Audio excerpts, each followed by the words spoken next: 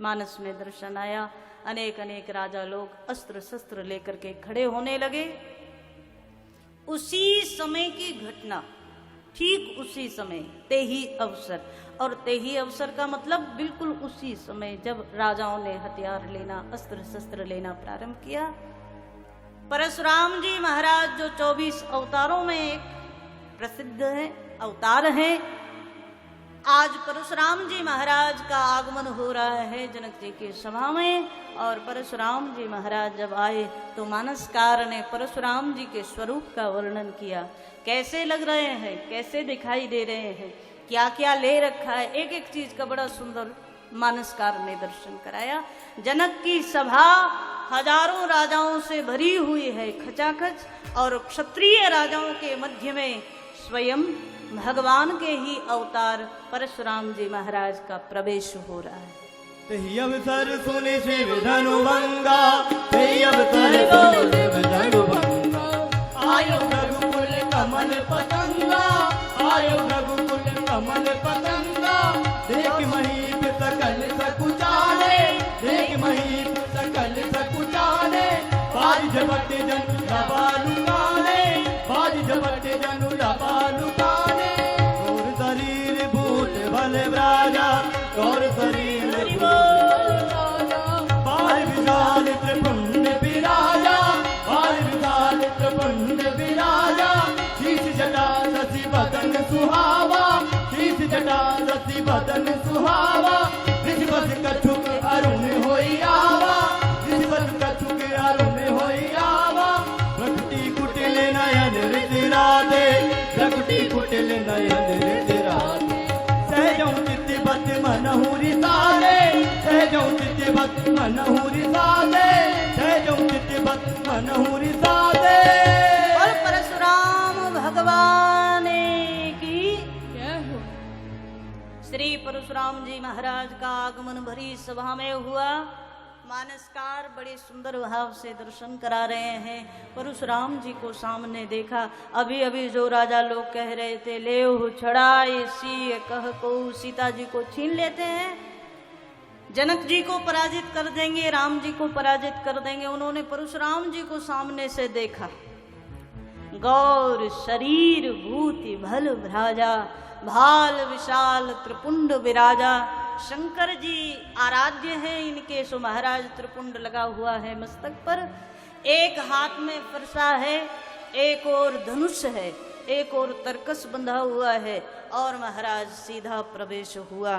दृष्टि कैसे है तो मानसकार कहते हैं सहजौ चितवत मनहु रिसाते। सहज में किसी की ओर देख लें सो वो समझता है आज तो हमारा आखिरी दिन आ गया, ऐसी तो दृष्टि में शक्ति है। जैसे ही परशुराम जी महाराज सामने से प्रविष्ट हुए, मानसकार दर्शन करा रहे हैं। जिन राजाओं ने हाथ में अस्त्र शस्त्र उठा लिया था उनके हाथ से हथियार गिर गया। राजाओं को लगा कहीं भूल से भी परशुराम जी महाराज ने देख लिया कि हम उनके सामने हाथ में हथियार लेकर खड़े हैं, सो महाराज बात बाद में करेंगे, पहले सर धड़ से अलग होगा। सो अपने अस्त्र शस्त्रों को छुपाया। बाद में परशुराम जी महाराज के सामने आए। शांत वेश करनी कठिन, मानसकार कहते हैं अभी शांत वेश में आए हैं। राजाओं ने आके प्रणाम करना शुरू किया, और ऐसे प्रणाम नहीं कर रहे हैं जो राम जी से युद्ध करने को तैयार थे, वो परशुराम जी को दंडवत कर रहे हैं। और मानसकार कह रहे हैं कि दंडवत भी करते समय पितु समेत कहे कहे निज नामा, अपने पिताजी का परिचय दे रहे हैं। महाराज आप तो जानते ही होंगे हम तो फलाने फलाने के बेटे हैं। परशुराम जी ने अनजान की तरह देखा कि हम नहीं जानते, तो महाराज मेरे दादाजी को आप जरूर जानते हो। और ये समाज का नियम है महाराज, समाज में जब कहीं कोई गंभीर मिल जाए, शांत मिल जाए न, तो शांत के सामने शांति को लोग कमजोरी समझ लेते हैं। तो भगवान तो परम शांत है राम जी, तो राम जी से तो युद्ध करने तैयार थे, और जब शक्ति सामने नजर आती है तो वही लोग प्रणाम भी करने लगते हैं। परशुराम जी को प्रणाम करते हैं। मानस में दर्शन आया, जनक महाराज उठे हैं, परशुराम जी को सामने देख करके प्रणाम किया। बाद में श्री भगवती जानकी को बुलाया, जानकी जी ने प्रणाम किया। परशुराम जी और विश्वामित्र जी मिले और बाद में राम लक्ष्मण जी ने प्रणाम किया, परिचय दिया विश्वामित्र जी ने परशुराम जी को। इतना सहज में हुआ। और इसके बाद जो हुआ, मानसकार दर्शन करा रहे। परशुराम जी ने चारों ओर नजर घुमा करके देखी, सभा में सब क्षत्रिय राजा लोग बैठे हैं। सो जनक जी से पूछ लिया, जनक ये हजारों राजा लोग एक साथ एक सभा में क्यों एकत्रित हुए हैं, क्या कारण है? जनक जी बोल गए, महाराज एक बड़ा पावन संकल्प था। क्या संकल्प था? जनक जी ने कहा, मेरे घर में बिटिया है जानकी, जानकी का स्वयंवर मैंने किया और उस स्वयंवर में इन सब राजाओं को मैंने बुलाया है। अच्छा, स्वयंवर में शर्त क्या थी? जनक महाराज तो सीधे साधे भोले भाले से बोल गए, महाराज हमारे पूर्वजों के पास शंकर जी का एक धनुष था, उस धनुष को हमने सभा के मध्य में रखा।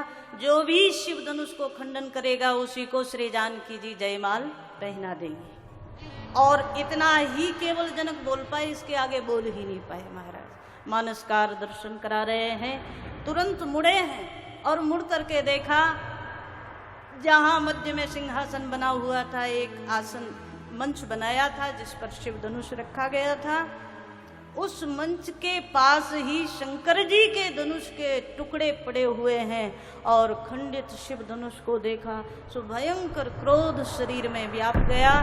मानसकार कह रहे हैं, एक बार पुनः जनक की ओर मुख किया, बड़े क्रोध में, अभी शांत वेश थे और एक क्षण में जो क्रोध आया महाराज, सो जनक की ओर देखो। नगर किसका है?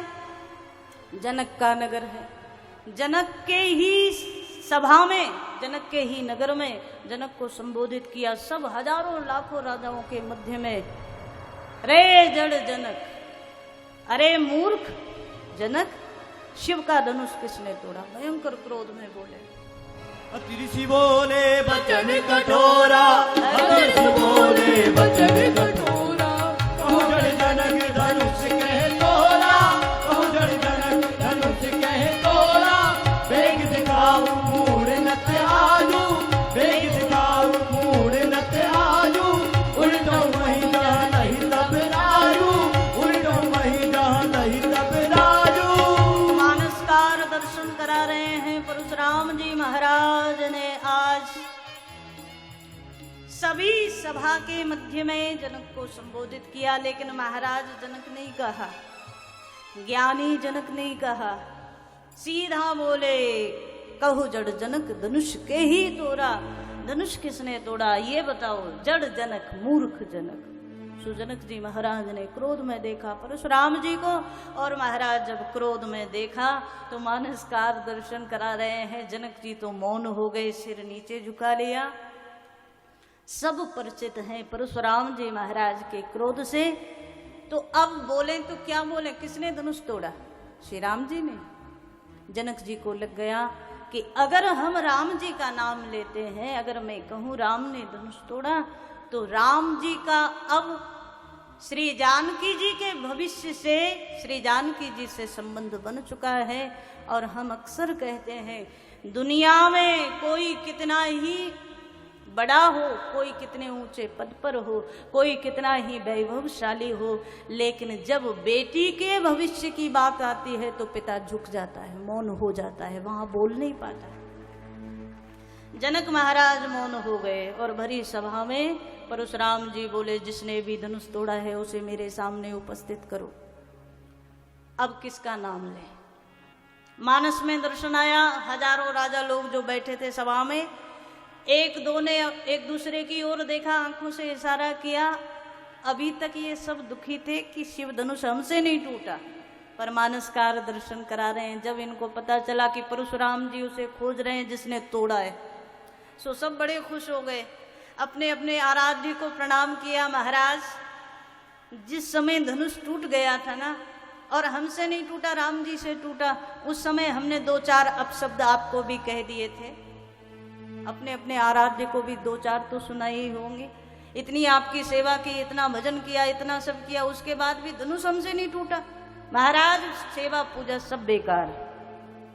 लेकिन अब वही राजा लोग बोले कि महाराज जो आपसे कहा उसको क्षमा कर देना, लेकिन ये बड़ा अच्छा हुआ कि धनुष हमसे नहीं टूटा, क्योंकि अगर हमसे टूट जाता तो ये महात्मा आज छोड़ने वाले नहीं थे। लेकिन अब सबको लगा कि धनुष हमसे नहीं टूटा, ये तो ठीक रहा, भगवान जो करता है वो अच्छे के लिए करता है। अब याद आया, लेकिन सब राम की ओर देखना शुरू हुए और राम जी की ओर देखने लगे तो सबके मन में बड़ी प्रशंसा, बड़ी प्रसन्नता सबके मन में कि अब जिसने धनुष तोड़ा है उसका क्या होगा। सो राम जी की ओर देखा, बड़े आए थे धनुष तोड़ने वाले, अब बताओ किसने तोड़ा। राम जी मौन हैं, जनक महाराज मौन हैं। इतने में परशुराम जी का दूसरा वाक्य आया, जनक यदि तूने भरी सभा में से धनुष तोड़ने वाले को मेरे सामने उपस्थित नहीं किया तो तेरी सभा में जितने राजा बैठे हैं सबको मार दूंगा। और जैसे ही जनक जी की सभा में परशुराम जी बोले भयंकर क्रोध में, जितने राजा लोग खुश हो रहे थे वो सोचने लगे भैया धनुष भी हमसे नहीं टूटा और नंबर हमारा लग गया। अब अगर थोड़ी देर भी जनक महाराज ने बताया नहीं कि किसने धनुष तोड़ा है तो नंबर हम ही से शुरू होगा। और किसी की हिम्मत है नहीं कि परशुराम जी के सामने बोल जाए। सो महाराज सब मौन है, लेकिन सब अपने अपने इष्ट को याद कर रहे हैं। शंकर जी को कोई पुकारता है, गणेश जी को कोई पुकारता है। महाराज आज तो हमें ऐसा लग रहा है गलत मुहूर्त में घर से निकले थे इस स्वयंवर में आने के लिए, पहले तो धनुष नहीं टूटा, अब धनुष नहीं टूटा उसके बाद भी मृत्यु सामने खड़ी नजर आ रही है। एक बार कुशलता से लौटकर घर पहुंच जाएं, हम तो सभाओं में जाना ही बंद कर दें। लोग सोचे आज के बाद स्वयंवर में जाएंगे ही नहीं। सब अपने अपने इष्ट को याद कर रहे हैं। परशुराम जी महाराज बड़े क्रोध में, और जब लगा भगवान को कि जनक जी बोल नहीं पाएंगे अब कुछ, तो भगवान सामने आए और भगवान ने बड़े भाव से, बड़ी शीलता से, बड़ी सरलता से प्रणाम किया परशुराम जी महाराज को एक बार पुनः, और भाव से बोल पड़े महाराज जिसे आप खोज रहे हैं वो तो आपका ही कोई दास होगा। राम जी बोले नाथ शंभु धनु भंजन हारा, नाथ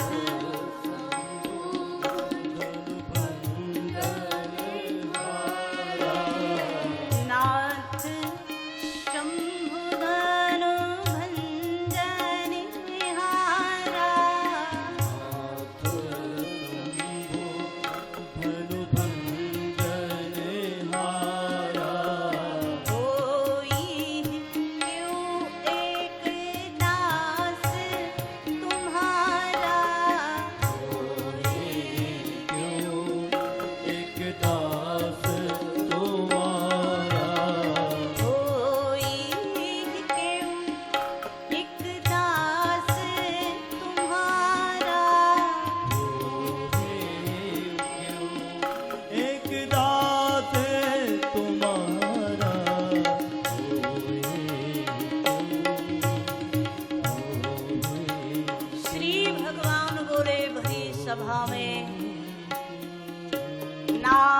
शंभु धनु भंजनिहारा, हो ही केऊ एक दास तुम्हारा। दुनिया में कोई मिलेगा क्या? सारे विश्व भर के राजा जिस कार्य को नहीं कर पाए उस कार्य को भगवान ने किया, और उसके बाद भी क्या अभिमान थोड़ा भी आया? अगर हम थोड़ा भी कर लेते हैं तो बड़ी छाती ठोक करके कहते हैं मैंने किया, और भगवान कहते हैं आपका कोई दास होगा जिसने इतना बड़ा काम किया, वरना लोगों की कहाँ सामर्थ्य इतना बड़ा काम कर सके। आपका ही कोई दास होगा महाराज। लेकिन परशुराम जी महाराज भगवान की सरलता को कमजोरी समझ बैठे। लीला है तो मानसकार दर्शन करा रहे हैं।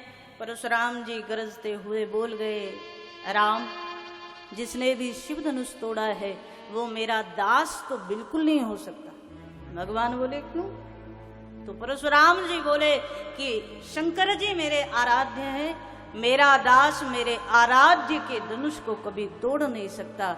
वो मेरा शत्रु ही नहीं, परम शत्रु है जिसने शंकर का धनुष तोड़ा है, वो मेरा दास नहीं हो सकता। सहस भाव समसो रिपु मोरा। और जैसे ही भरी सभा में गरजते हुए परशुराम जी महाराज भगवान को बोल गए कि वो मेरा परम शत्रु है जिसने धनुष तोड़ा है। सो भगवान तो मौन हो गए, कुछ नहीं बोले। लेकिन इसी सभा में लक्ष्मण जी बैठे, विश्वामित्र महात्मा के पास खड़े हो गए। महाराज अब मुझे जाना पड़ेगा।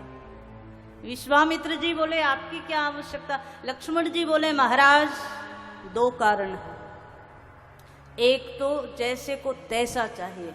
ये महात्मा इतने कठोर और मेरे भगवान इतने कोमल, मेरे भगवान इतने शीलवान। भगवान तो बोल रहे हैं कि मैं दास हूं और ये महात्मा मानने को तैयार नहीं है। तो महाराज भले ही 10 मिनट, लेकिन आप मुझे आदेश करिए, इन महात्माओं को उत्तर देने के लिए मुझे जाना पड़ेगा। लक्ष्मण जी बोले। और दूसरी बात बड़ी सुंदर, लक्ष्मण जी कहते हैं महाराज अभी अभी तो भगवान ने धनुष भंग किया, अभी अभी जनकपुर से संबंध जोड़ा है। अब ये छोटी बात थोड़ी है, ये ससुराल वाली बात है महाराज। और बड़ी सभा में भगवान को बोल रहे हैं, अभी अभी नई नई रिश्तेदारी है और ऐसे में भगवान को गलत गलत बोलेंगे तो क्या अच्छी बात है, हम जाए। परशुराम जी महाराज भरी सभा में मध्य में खड़े हैं, राम जी मौन खड़े हैं, लक्ष्मण जी मध्य में आए। और जैसे ही लक्ष्मण जी आए, मानसकार कहते हैं लक्ष्मण जी ने आते ही ऐसे शब्दों का प्रयोग किया कि परशुराम जी का क्रोध एक नहीं कई गुना ज्यादा बढ़ गया। आते ही जो बोले, महाराज प्रणाम किया।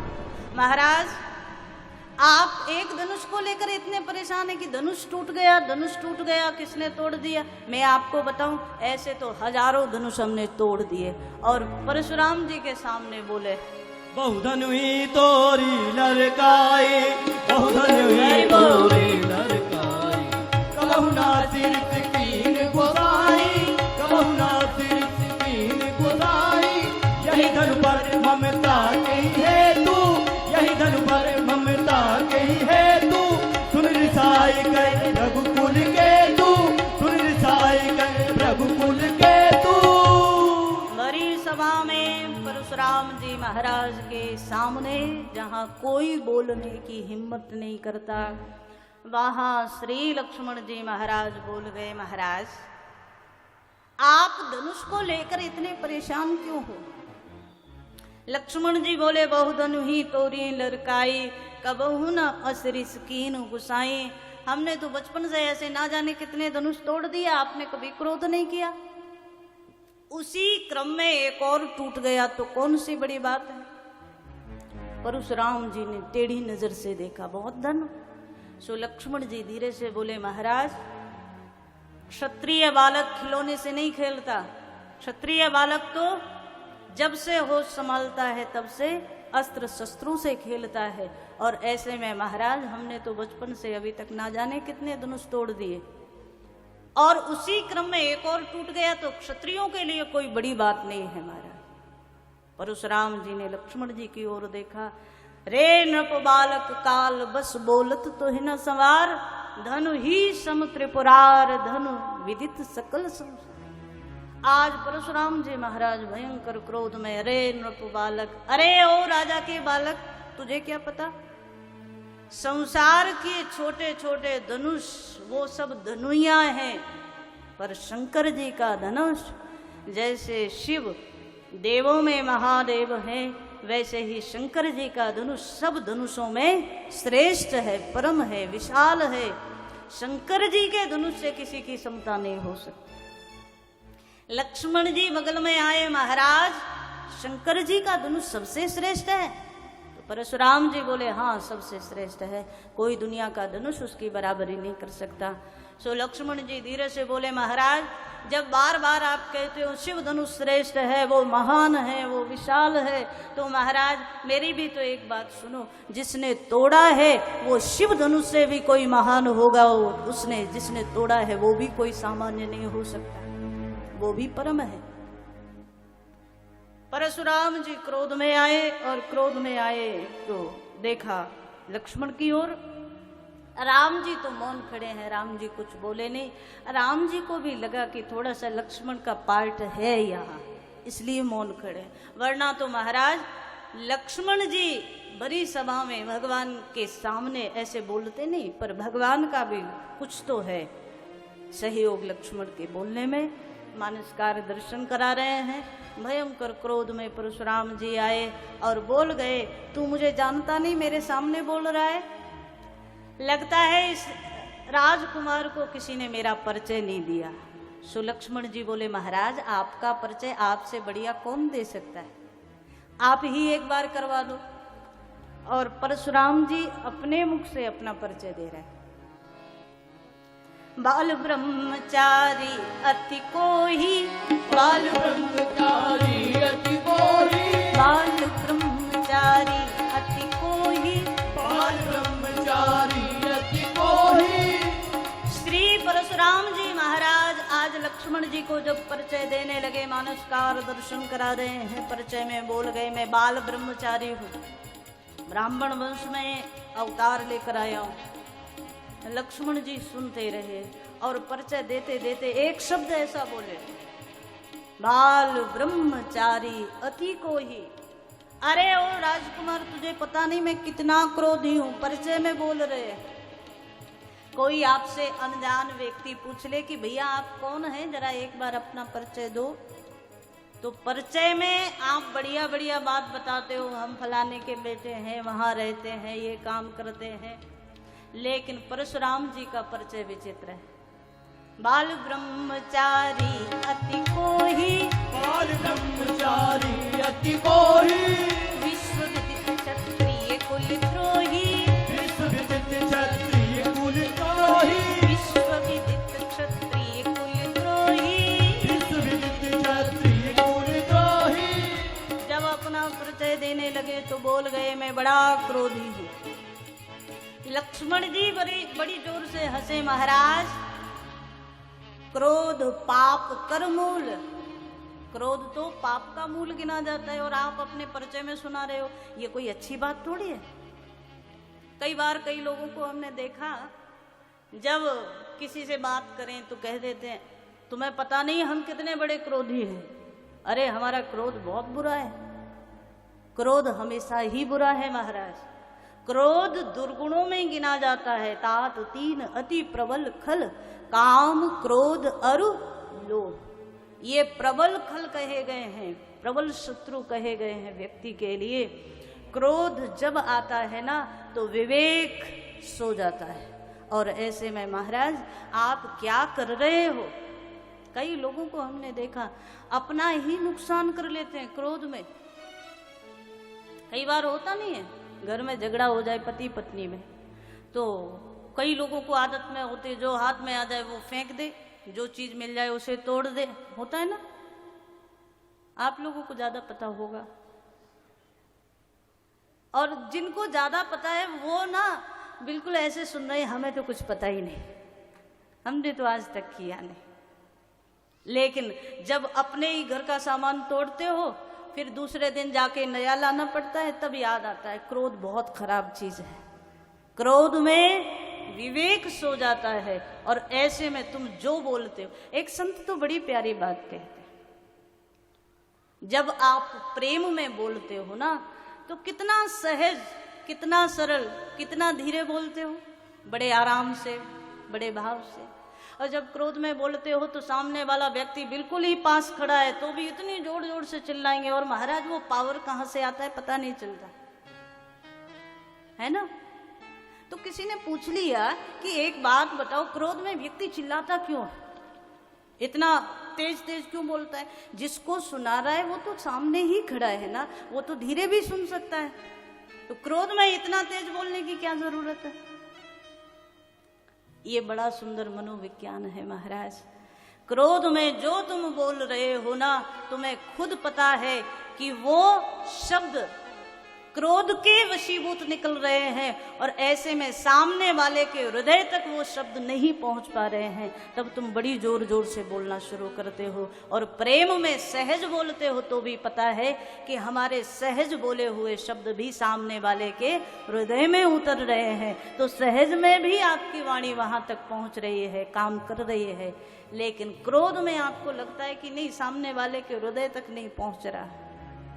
कहीं ना कहीं क्रोध में दूरी ज्यादा बढ़ जाती है। जानते हो ना, तेज बोलने का मतलब सामने वाला व्यक्ति तो करीब है पर उसके हृदय से दूरी इतनी बढ़ गई कि आपको लगता है कि ज्यादा तेज बोलूं तब वहां तक पहुंचेगा। ये मनोविज्ञान है। मानसकार दर्शन करा रहे हैं। आज लक्ष्मण जी बोले, महाराज क्रोध पाप कर मूल, क्रोध तो पाप का मूल है और आप इतने बढ़िया तरीके से परिचय करा रहे हो कि मैं बड़ा क्रोधी हूं। परशुराम जी राम जी की ओर देखे, राम जी पुनः शांत कर देते हैं, लक्ष्मण जी फिर कुछ बोलते हैं तो फिर क्रोध में आ जाते हैं। एक बार तो लक्ष्मण जी बड़ा बढ़िया बोले, महाराज मुझे ऐसा लगता है एक बार आप आंख बंद कर लें तो कहीं कोई नजर नहीं आएगा। जब लक्ष्मण पर क्रोध आता है तो बोल गए भरी सभा में, जनक इस राजकुमार को हमारी आंखों से दूर करो। सो लक्ष्मण जी धीरे से बोले, दुनिया में कई प्रतिकूल लोग मिलेंगे जो आपके अनुसार नहीं चलने वाले होंगे, किस किस को दूर करोगे? तो महाराज आप नेत्र बंद करो, और नेत्र बंद करो तो हम अपने आप ही दूर हो जाएंगे, दिखाई ही नहीं देंगे। और संतों का भाव है, लक्ष्मण आज सिद्धांत की बात कह रहे हैं। लक्ष्मण बोल रहे हैं, महाराज अभी तक आपकी दृष्टि बहिर्मुखी है और बहिर्मुखी है तो खंडित पर दृष्टि जा रही है, शिव धनुष पर दृष्टि जा रही है। एक बार नेत्र बंद कर लो ना महाराज तो मुझे ऐसा लगता है खंडित से दृष्टि अखंड की ओर चली जाएगी और महाराज सारी समस्या का समाधान हो जाएगा। अखंड कौन है? बोले अखंड तो केवल परमात्मा है, और जो परमात्मा की ओर देख ले उसको दुनिया में नासवान को देखने की आवश्यकता ही नहीं। तो लक्ष्मण जी बड़ा सुंदर बोल रहे हैं, कहे लखन कहे मुनि सुजस तुम्हारा, लखन कहे मुनि सुजस तुम्हारा, लखन कहे मुनि सुजस तुम्हारा, कहो मुनि सुजस तुम्हारा, तुम ही अक्षत को बरने पारा, तुम्हीं अक्षत को बरने पारा, अपने मुंह तुम आपन कर ली, अपने मुँह तुम आपन कर ली, अपने मुंह तुम आपन कर ली, अपने मुँह तुम आपन कर ली, बार अनेक भांति बहु बरनी। बाहर अनेक भांति बहु बरनी। श्री लक्ष्मण जी महाराज बोल गए, महाराज भले ही आपको बुरा लगे लेकिन सत्यता कहूंगा, जो सज्जन व्यक्ति होता है, जो यशस्वी व्यक्ति होता है, वो अपने मुख से अपने कीर्ति अपनी बड़ाई को बार बार कहता नहीं है, और जो कहता है वो करता नहीं है, दोनों चीजें। और आपने इतनी बार कह लिया। लक्ष्मण जी जब बोले सो महाराज पुनः बड़े क्रोध में आए, हाथ में फरसा उठा लिया और जैसे ही लक्ष्मण की ओर बढ़े हैं, लगता है आज तेरा सर धड़ से अलग होगा तभी जाकर के मेरा क्रोध शांत होगा। लक्ष्मण जी और परशुराम जी के बीच में भगवान आ गए और जल सम वचन, जैसे मानसकार तो उदाहरण दे रहे हैं, परशुराम जी का क्रोध जलता हुआ हवन कुंड है और लक्ष्मण जी का उत्तर आहुति सरिस, जैसे घी की आहुति पड़ जाए सो महाराज अग्नि और प्रज्वलित हो जाती है। सो भगवान बीच में आए और जल सम वचन, भगवान के वचन जल के समान है, जलती हुई अग्नि को बुझाने के लिए। भगवान ने हाथ जोड़े, महाराज आप क्या छोटे से दूध मुँहे बालक की बात में आ रहे हैं? भगवान ने बड़ा सुंदर भाव से कह दिया, ये तो छोटा सा बच्चा है, अभी इसके मुख से माँ के दूध की सुगंध भी नहीं गई है। दूध मुँहा मतलब बिल्कुल छोटा बालक जो होता है ना, जो मातृ दुग्ध का जिसको अभी स्वाद भी नहीं गया, उस बच्चे को कहते हैं। तो भगवान ने वही उपमा दी लक्ष्मण के लिए। नाथ करहु बालक पर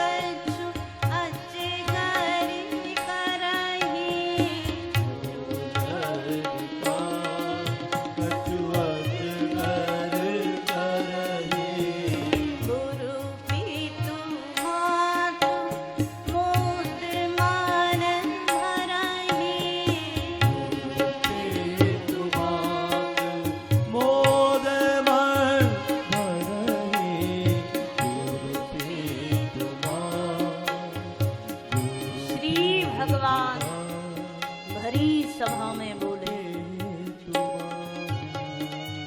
सूद दूध मुख करिए न को। अरे दुधमुआ बालक है, इस पर आपको क्रोध नहीं करना चाहिए। और हम अक्सर कहते हैं व्यासपीठ से,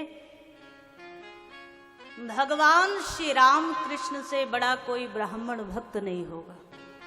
आप कथाओं में, शास्त्रों में पढ़ें, स्वाध्याय करें। भगवान श्री राम से बड़ा कोई ब्राह्मण भक्त हुआ है? तो क्या परशुराम जी जैसे तपस्वी ब्राह्मण का भरी सभा में लक्ष्मण अपमान करें और भगवान सहन कर लेंगे? लेकिन कहीं ना कहीं इस प्रसंग के माध्यम से बड़ा सुंदर दर्शन है। यहाँ लक्ष्मण जी जो बोले हैं वो परशुराम जी के अपमान के लिए कोई शब्द नहीं बोले। लक्ष्मण जी जो बोले वो सिद्धांत की दृष्टि से सत्य बोले हैं। और भगवान को लग रहा है कि लक्ष्मण का बात नीति युक्त है, सिद्धांत युक्त है, इसलिए लक्ष्मण जी का पक्ष भगवान ले रहे हैं, वरना तो लक्ष्मण को डांटते भगवान। लेकिन आज परशुराम जी से बोले कि जो बालक कभी कोई उद्दंडता कर दे तो बड़े लोग तो उसमें भी अपनी आनंद मनाते हैं, हंसते हैं, प्रसन्न होते हैं, उस पर क्रोध नहीं करते। परशुराम जी ने राम जी की ओर देखा, लगता है दोनों भाई मिलकर के मेरा उपहास कर रहे हो। श्री भगवान की ओर देख करके परशुराम जी थोड़ा सा क्रोध में राम जी को बोल गए कि शंकर जी का धनुष तोड़ करके बड़ा अभिमान आ गया, मुझसे युद्ध करो, मेरा अपमान करते हो दोनों भाई मिल करके। सो भगवान धीरे से बोले कि हमें क्या अभिमान आएगा महाराज, छुअत ही टूट पिनाक पुराना। हमने तो छुआ और टूट गया, कोई शक्ति ही हमने नहीं लगाई, तो अभिमान किस चीज का। परशुराम जी बार बार भगवान को युद्ध के लिए ललकारने लगे। राम जी बोले महाराज युद्ध तो हम कर लें, लेकिन एक बात कहें, कुछ पात्र ऐसे हैं जिनसे हम लड़ नहीं सकते, जिनसे हम युद्ध नहीं कर सकते। परशुराम जी बोले कौन? तो राम जी ने कह दिया महाराज विप्र वंश के असि प्रभुताई अभय होई जो तुम ही डेराई। विप्र वंश ब्राह्मणों की ये प्रभुता है कि तपस्या के बल पर, साधना के बल पर, ज्ञान के बल पर समाज को ज्ञान का श्रेष्ठ उपदेश ब्राह्मण ने ही किया है। और इसीलिए ब्राह्मणों के सामने सबको सर झुकाना पड़ता है। और मानसकार कहते हैं कि भगवान आज बोले हैं महाराज ये तो विप्र वंश की प्रभुता है। जो ब्राह्मण से डरेगा, जो शास्त्र से डरेगा, जो अपने आराध्य से डरेगा, जो अपने गुरु से डरेगा, महाराज जिसके जीवन में ये भय बने रहेंगे ना, वो कभी गलत कर्म कर ही नहीं सकता। वहां डरना जरूरी है।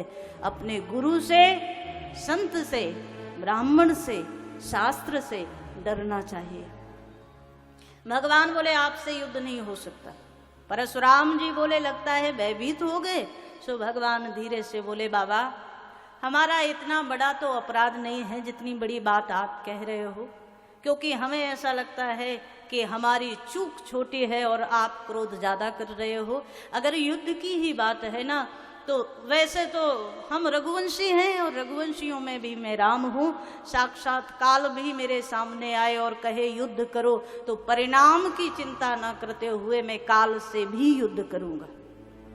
कालहु डरहि न रन रघुवंशी।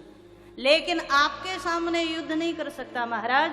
यदि आपको लगता है कि मैं आपसे भयभीत हो रहा हूँ, युद्ध के नाम से डर रहा हूँ, तो कभी महाराज ब्राह्मणत्व का त्याग करके आइए तो कभी आपके सामने आएंगे। और भगवान धीरे से मुस्कुराए और ऐसा संतों का भाव है, मुस्कुराते मुस्कुराते भगवान ने अपना पीतांबर थोड़ा सा हटाया और भगवान के वक्षस्थल पर जो भृगु लांछन है, भृगु जी के चरण का चिन्ह है, वो आज परशुराम जी को नजर आया और भगवान ने संकेत कर दिया ब्राह्मण तो चरण प्रहार करें तो उसे भी हम अपना आभूषण बना लेते हैं, लेकिन ब्राह्मणों पर हम प्रहार नहीं कर सकते।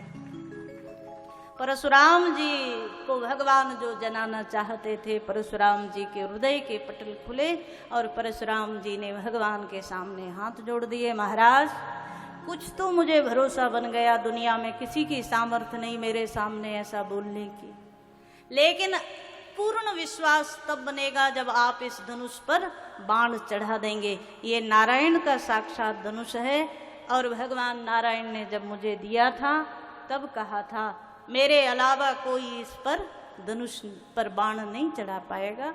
तो महाराज मुझे लग जाएगा आपका अवतार हो गया।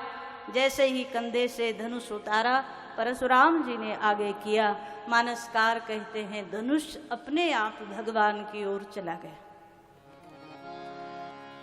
राम रमापति कर धनु लेहु, राम रमापति कर धनु लेहु, खेचहु मिटे मोर संदेहु, खेचहु मिटे मोर संदेहु, देत चाप आपु ही चले गया, देत चाप आप ही चले गया। परशुराम मन विस्मय भयउ, परशुराम मन विस्मय भयउ, परशुराम मन विस्मय भयउ, परशुराम मन विस्मय भयउ। मानसकार ने बड़े सुंदर भाव से दर्शन कराया। यहाँ परशुराम जी के द्वारा दिया गया धनुष भगवान की ओर आया। भगवान ने धनुष पर बाण चढ़ाया।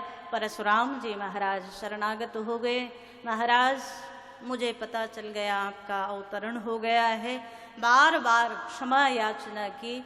9 पंक्तियों में भगवान को सुंदर क्षमा याचना करके अनुचित बहुत कहेऊ अज्ञाता। श्री भगवान यहाँ से आज परशुराम जी महाराज यहाँ से भगवान को प्रणाम करके चले गए।